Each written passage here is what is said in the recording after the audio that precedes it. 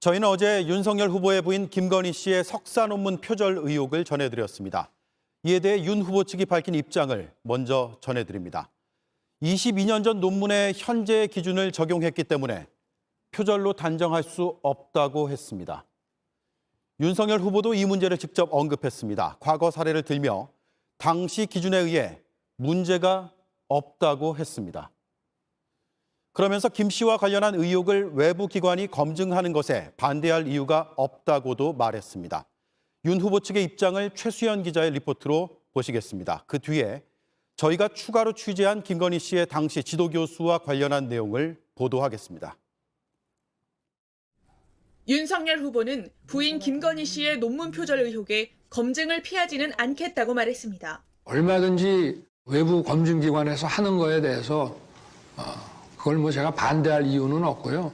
그러면서 당시 기준에는 문제가 없었다는 선대위 검토 내용을 전했습니다.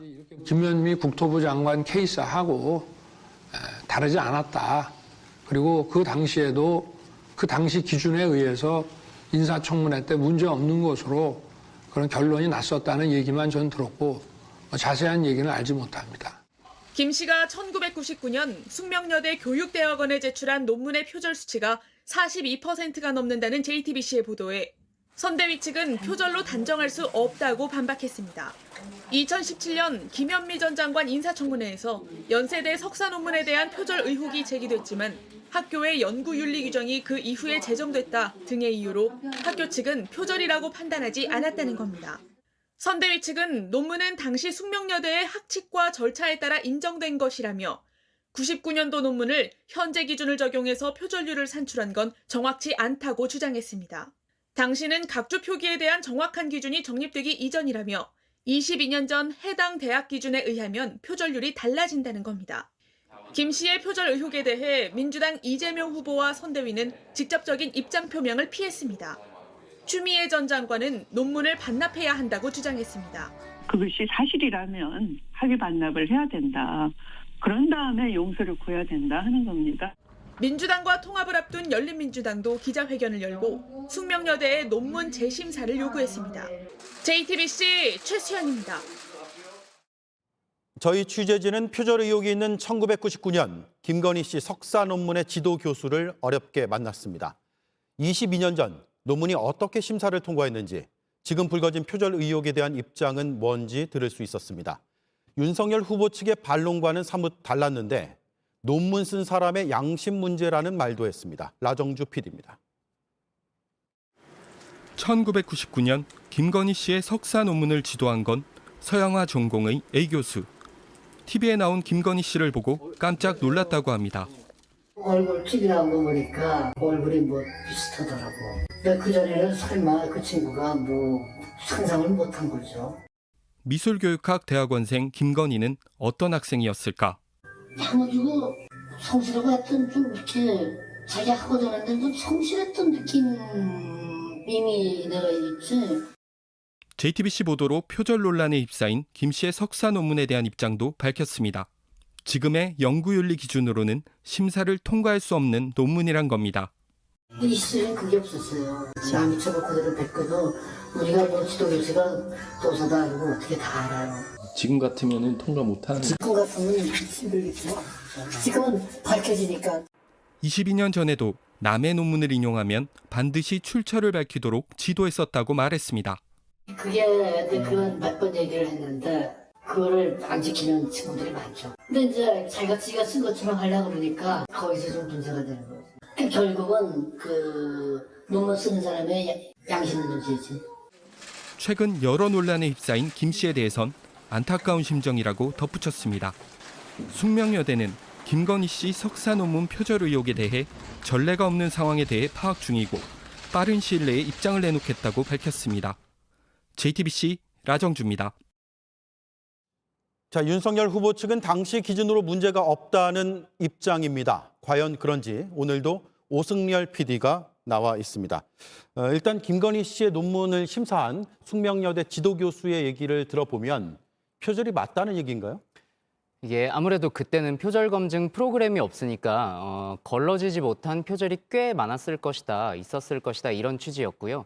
보다 핵심적인 얘기는 그때나 지금이나 표절은 학자들 스스로, 학생들 스스로의 양심의 문제다라는 게 가장 핵심적인 얘기를 예. 할 수 있습니다. 어제 보도 직후에 윤석열 후보 측에서 입장을 내놓은 것 중에 보면 표절률 42%는 믿을 수 없다라는 취지의 설명이 있었습니다. 그러니까 JTBC 검증 결과가 신뢰성이 좀 떨어진 거 아니냐 이런 취지의 입장으로 읽히는데 어떻게 봐야 합니까? 일단 42%라는 숫자는 저희가 일일이 비교문을 찾아서 파일링한 다음에 저희가 자체적으로 산출해낸 값이 이제 1차적으로 결과값이 그렇게 나왔다는 거고요. 예. 그런데 이제 그게 끝이 아닙니다. 그래서 여기 지금 화면을 한번 봐주시면은 저희가 이제 연구윤리 전문가들의 자문을 받아서 직접 만들어 본 비교표인데요. 예. 빨간색 부분을 한번 주목해 주시면 감사하겠습니다. 빨강색 글자요. 예. 언뜻 보기에 상당히 비슷해 보이긴 합니다.